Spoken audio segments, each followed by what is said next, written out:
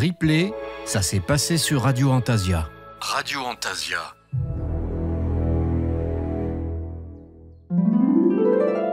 Le boudoir aux potions.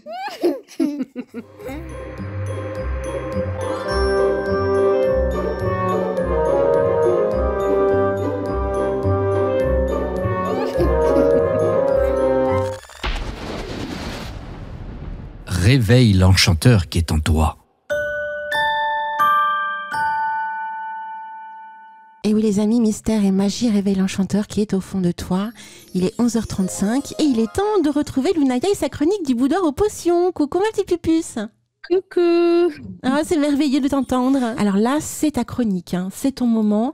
Vous le savez, notre merveilleuse Lunaya est présente chaque 4e dimanche du mois pour son émission, sa chronique autour du boudoir aux potions. Et là, ce matin, donc, tu vas nous parler de Beltane. Voilà. Alors c'est vrai que le mois dernier, j'avais dit que je ferais un truc sur l'amitié, mais je n'avais pas regardé la date. Et que vu que Beltane arrive, je me suis dit non, c'est mieux de parler de Beltane quand même. Tout à fait. Et comme d'habitude, vous savez, Lunaya crée un magnifique PDF.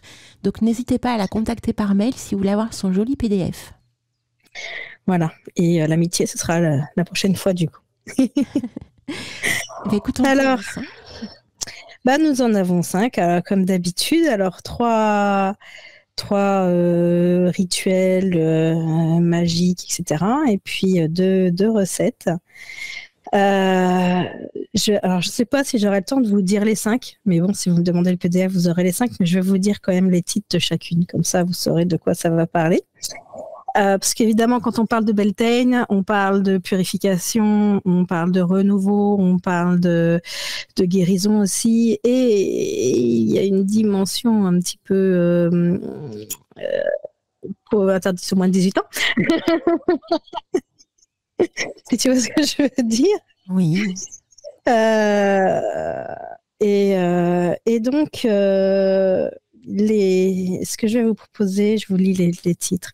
Il y a un rituel pour rêver de ses vies antérieures. Alors, j'ai choisi ça parce que justement, dans tout ce qui est aussi reconnexion à soi, je pense que ça peut faire partie d'une part de guérison de soi, en fait, de pouvoir découvrir certaines choses qu'on a vécues avant. Il y a un bain de purification, une tisane d'énergie magique, et dans les recettes de cuisine, il y a un plat indien pour renforcer la libido et un cake à la noix de coco. Voilà ce qui vous attend. Alors, le rituel pour rêver de sa vie antérieure. Il ne va pas vous falloir grand-chose pour faire ça. Il vous suffit simplement d'un encens de champa. Alors, je ne sais pas si vous connaissez, on l'appelle ça aussi, je ne sais pas de mémoire, le nag champa. C'est un encens indien qui est prévu, entre autres, pour faciliter la concentration. Parce que le but de ce rituel, c'est de rééduquer son mental. Je ne sais pas si vous connaissez ces types de techniques. Moi, c'est quelque chose que je pratique depuis plusieurs années, qui m'a beaucoup aidée d'ailleurs. Il est dit que quand tous les jours, on fait ou on dit quelque chose plutôt oralement pendant 21 jours, quelque chose de positif par exemple, ça va aider à rééduquer notre cerveau à penser différemment. Donc il y a des thématiques différentes évidemment, on peut trouver tout et n'importe quoi, et entre autres guérir de certaines addictions et des choses comme ça. Et là justement ce petit rituel se base sur cette technique-là. Parce que ce qu'il va vous falloir faire tout simplement, c'est 3 fois par jour. Donc pendant 21 jours, donc faut se trouver le temps de le faire, l'envie de le faire surtout, parce que c'est ça qui importe. C'est pas très long, mais il faut se dire que 3 fois par jour pendant 21 jours, il faut pouvoir le faire. Donc ça va vous prendre une dizaine de minutes par jour. Vous allumez votre encens, une dizaine de minutes, 3 fois par jour, donc une demi-heure par jour. Donc, vous allumez votre encens et vous allez répéter ceci 3 fois de suite. Cette nuit, dans mes rêves, je verrai des images de mes anciennes vies. Mes anciens visages me seront dévoilés et je m'en souviendrai. Vous dites ça 3 fois de suite, avec évidemment l'intention qui va avec, savoir le poids des mots. Alors, comme toujours, hein, si ces mots-là, ils vous parlent pas, si vous avez des mots qui vous parlent plus, l'important, c'est que ce soit vraiment quelque chose qui vienne de vous et de votre cœur et de votre envie. Et une fois que vous avez répété ça 3 fois, vous dites une fois, je rends grâce d'être exaucé maintenant. Et voilà, 3 fois par jour pendant 21 jours. Et au bout d'un moment, vous aurez de fortes chances de pouvoir rêver de vos vies antérieures. Et puis, après, à vous de voir ce que vous en faites. Voilà pour ce premier petit rituel. Poussière d'étoiles. Le bain de purification. Alors là, on va avoir beaucoup d'herbes. Donc là, c'est vraiment dans le but de purifier son corps, son âme, son énergie. Et c'est bien aussi de faire ce type de choses avant de pratiquer un rituel ou de célébrer un sabbat.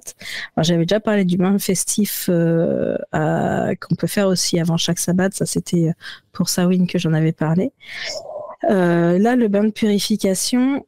alors c'est un bain comme d'habitude. Si vous avez une douche, il n'y a pas de souci, vous prenez un pochon, les herbes vous mettez dans le pochon, vous vous lavez avec, il n'y a pas de souci, tout s'arrange. Et donc pour ça, il va vous falloir 4 pincées de lavande, ça c'est pour la protection, 4 pincées de romarin pour la purification, 3 pincées de basilic. Alors, pour l'exorcisme, pourquoi c'est que le basilic est très connu pour ça, si vous ne le saviez pas. Il aide dans les exorcismes d'un point de vue général. Ça, c'est aussi dans le but d'une purification, c'est de faire partir de soi ce qui n'est pas bon pour nous, tout simplement. 3 pincées de thym, ça c'est pour la force, parce qu'on a besoin de force, en fait, de se ressourcer pour se purifier. Je ne sais pas si vous allez comprendre ce que je veux dire, mais... la purification, ça peut être émotionnellement quelque chose de compliqué à vivre en fonction de qui on est et de ce qu'on vit au moment où on fait. Alors du coup, le thym donne de la force pour affronter ce qu'on aura à affronter. 2 pincées de fenouil, donc ça c'est un peu aussi pour la purification et beaucoup pour la guérison. 3 pincées d'hysope. J'aime beaucoup cette fleur. On a semé d'ailleurs cette année. Ça, c'est pour la clarté mentale. Parce que c'est pareil, hein, c'est bien d'avoir les idées claires quand on fait ce genre de choses. Une pincée de menthe. Là aussi, c'est pour la purification. Une pincée de verveine. Et une pincée de racines de valériane. Toutes les deux, ça, c'est pour apporter du calme et de la détente lorsqu'on va faire ce bain ou cette douche. Et puis, c'est pas très compliqué. Il suffit de tout mélanger, soit dans un gant de toilette, soit dans un pochon, peu importe. Quelque chose de propre, en tout cas, pas quelque chose que vous avez déjà utilisé pour un autre rituel, ou alors il faut bien le laver avant. Et on le ferme. Et puis, soit vous le mettez dans l'eau de votre bain, soit vous vous douchez avec. Et une fois que c'est terminé, le contenu du gant, vous pouvez le mettre dans les toilettes et tirer la chasse d'eau si vous voulez. Mais si vous avez l'occasion d'aller à une rivière, c'est quand même mieux. L'idée, c'est que toutes les herbes qui se sont imprégnées de ce qu'on s'est délesté, ce qu'on a laissé dans l'eau et dans les herbes, ça parte au loin et se soit purifié par un courant d'eau. Donc la rivière c'est mieux, mais en fonction de où on habite, c'est pas forcément évident. Donc les toilettes, hein. C'est aussi un autre courant d'eau. Voilà pour ce petit bain. Et puis enfin, la tisane d'énergie magique. J'espère que je ne vais pas trop vite parce que c'est vrai que du coup, j'ai envie de tout vous dire ce que j'ai écrit. Après, moi, j'ai envie de te dire, non, tu vas pas trop vite, mais surtout, s'ils veulent avoir plus d'informations, ils regardent ton PDF. Ah bah oui. Voilà. naya@radioantasia.fr. Moi, je l'envoie à qui me le demande, c'est avec plaisir. On peut même papoter après si vous voulez. Moi, j'aime bien parler. Alors, la tisane d'énergie magique, elle est à boire avant de faire un rituel. Puisque justement, le but, c'est d'acquérir une énergie magique, un pouvoir qui nous permet derrière de faire un rituel plus facilement. Donc, il vous faut de l'eau chaude. C'est bête, hein, mais bon. Alors, moi, j'ai mis sur le PDF à 85 degrés max. J'en avais déjà parlé, mais je vais le redire. quand on fait une tisane ou un thé dont on souhaite avoir les bienfaits des plantes qui sont dedans, si on chauffe l'eau à 100 degrés, comme la plupart des bouilloires le font, en fait, on tue toutes les propriétés de la plante. Alors, on a le goût et tout, c'est bon, ça change rien au goût, mais par contre, ce qu'on recherche, les propriétés des plantes, on ne l'a pas. Donc, c'est un peu bête. C'est pour ça, moi personnellement, j'ai acheté une bouilloire où je peux régler la température et moi je mets entre 80 et 85 max. Alors en dessous de 80, vaut mieux éviter parce que sinon ça infuse moins bien. Mais au-dessus de 85, voilà, c'est pas très bien pour les plantes. Ensuite, il vous faut une feuille de laurier, donc ça c'est pour l'harmonie. Un demi-bâton de cannelle pour la guérison, 4 feuilles de menthe pour la purification aussi, un clou de girofle pour la protection et un bol, une tasse, ce que vous voulez pour mettre dedans. Vous allez mettre tous les épices dans le bol ou dans un sachet si vous n'avez pas envie de filtrer après, ça c'est vous qui voyez. Et vous allez verser l'eau en 10 ans. Alors là, c'est pareil, je vais vous dire là, ce que j'ai écrit. Je m'adresse à des dieux celtes.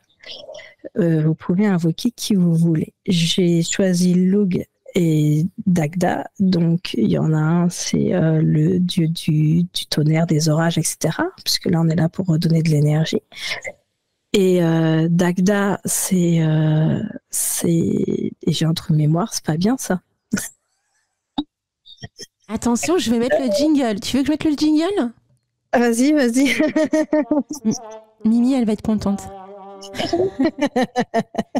On le met pas souvent, donc Mimi, après chaque fois, elle est comme une folle quand je mets ce jingle. Non, mais Dagda, c'est aussi c'est un dieu celte qui apporte la force, la sagesse, la virilité, tout ça dans les différents contes irlandais surtout. Donc voilà, vu qu'on est sur un rituel pour apporter l'énergie, j'ai choisi d'invoquer ces 2 dieux. Donc, Lugh et Dagda, prêtez-moi la force, que mes sortilèges soient puissants et que mon ardeur soit décuplée, qu'il en soit ainsi. Et on laisse infuser 5 minutes et puis on boit. Voilà pour les 3 petites recettes magiques. J'aurai peut-être le temps de vous dire les deux recettes de cuisine. Alors, le plat indien pour renforcer la libido. Donc oui, pourquoi j'ai choisi ça ? On ne connaît pas grand-chose de l'histoire des sabbats. On le sait, il n'y a pas d'écrit, c'est de l'oral, c'est complexe d'avoir des vérités de plusieurs siècles sur ce qu'on faisait à l'époque. Cependant, ce que moi j'ai pu en lire, c'est que il y a le Mademé, il y a les feux, etc. Ça, c'est assez connu. Mais souvent autour de ces feux. Donc ça, on est à l'époque des prêtres et des prêtresses. C'est l'époque du roi Arthur et même avant. Il est dit que c'est le seul moment de l'année où ils avaient le droit de s'accoupler, prêtre et prêtresse. Et dans cette tradition, en fait, les prêtres représentaient Cernunnos, le dieu, et les prêtresses, la déesse. Et on le sait, derrière la déesse, elle est tombée enceinte, etc. Donc voilà, derrière ce sabbat, il y a une dimension interdite aux moins de 18 ans. Je ne vais pas en dire plus, mais c'est pour ça que j'ai choisi cette petite recette, qui est voilà, c'est avec beaucoup d'épices et on le sait qu'il y a beaucoup d'épices qui ont cette faculté d'être aphrodisiaques, comme on dit. Donc ça, c'est un plat à préparer la veille. Parce que il faut que les épices elles infusent. Donc il va vous falloir 4 cuillères à soupe d'huile d'olive, 3 clous de girofle, un petit morceau d'écorce de cannelle, une gousse de cardamome verte, 3 oignons, une cuillère à café de cumin, une cuillère à café de coriandre, une cuillère à café de gingembre, une cuillère à café de curcuma, une cuillère à café de sel. Bon, ça, le sel, c'est accommodé en fonction des goûts. Hein. Une pincée de piment en poudre. Bon, là, c'est pareil. Si vous aimez plus ou moins épicé, c'est à vous de voir. Du riz basmati. 3 gousses d'ail écrasées. Alors, après, c'est pour les petits plus. Alors, un vin à votre goût. Et là, alors, j'ai mis 600 grammes de viande, de poisson ou de légumes. Ça, c'est vous qui voyez. Moi, ce sera des légumes. Je ne mange pas de viande, de poisson. Mais voilà, chacun fait comme il veut. Ensuite, un brûle-parfum. Alors ça ne va pas être mangé. Hein. De l'huile essentielle de musc et de patchouli. Ça, c'est pareil, ça ne sera pas mangé. Et des bougies roses. Ça non plus, vous ne le mangerez pas. Alors, vous allez faire revenir votre huile d'olive avec les clous de girofle, la cannelle et la cardamome. Ensuite, vous allez ajouter les oignons hachés et l'ail et vous allez faire cuire à feu moyen pendant 5 minutes. Ensuite, vous y ajoutez tous les épices et oui, c'est ça. Je suis fatiguée. Je vais plus vite que ma recette. Et ne vous inquiétez pas, j'ai pas fait de bêtises, c'est juste que je me suis relue 2 fois. Et ensuite, on fait mijoter pendant 10 minutes tout en remuant. Et ensuite, vous allez ajouter la viande, le poisson ou les légumes.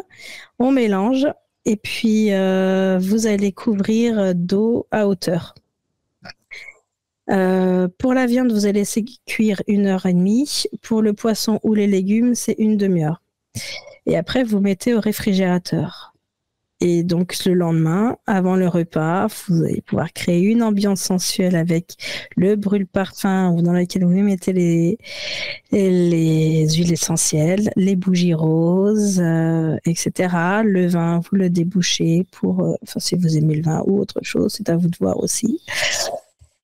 Et ensuite, eh bien, il suffit de mélanger, alors on fait cuire le riz, pardon, et vous allez réchauffer votre plat. Et vous allez mélanger le plat avec le riz. Et là, vous allez dire une phrase. Je vais vous expliquer après. C'est Om Mani Padme Hum. Donc ça, c'est un mantra indien qui veut dire le joyau dans le lotus. C'est un des mantras les plus puissants qui existent dans toutes les traditions qui utilisent ce type de phrase. Alors je l'ai écrit sur le PDF, donc si vous voulez chercher plus dessus, allez-y. Il y a plein de sites et autres qui expliquent exactement ce que c'est que ce mantra. Et puis vous partagez le vin et la nourriture avec votre partenaire et vous serez en harmonie tous les deux. Voilà pour ce plat indien.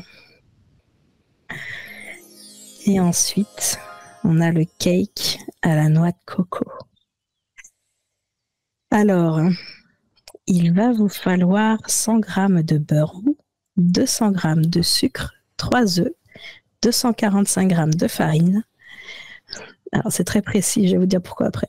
237 g de lait, 100 g de noix de coco râpée et un sachet de levure. Alors, j'ai mis 237 g de lait parce que, à la base, la recette que j'ai depuis longtemps, elle était avec des tasses.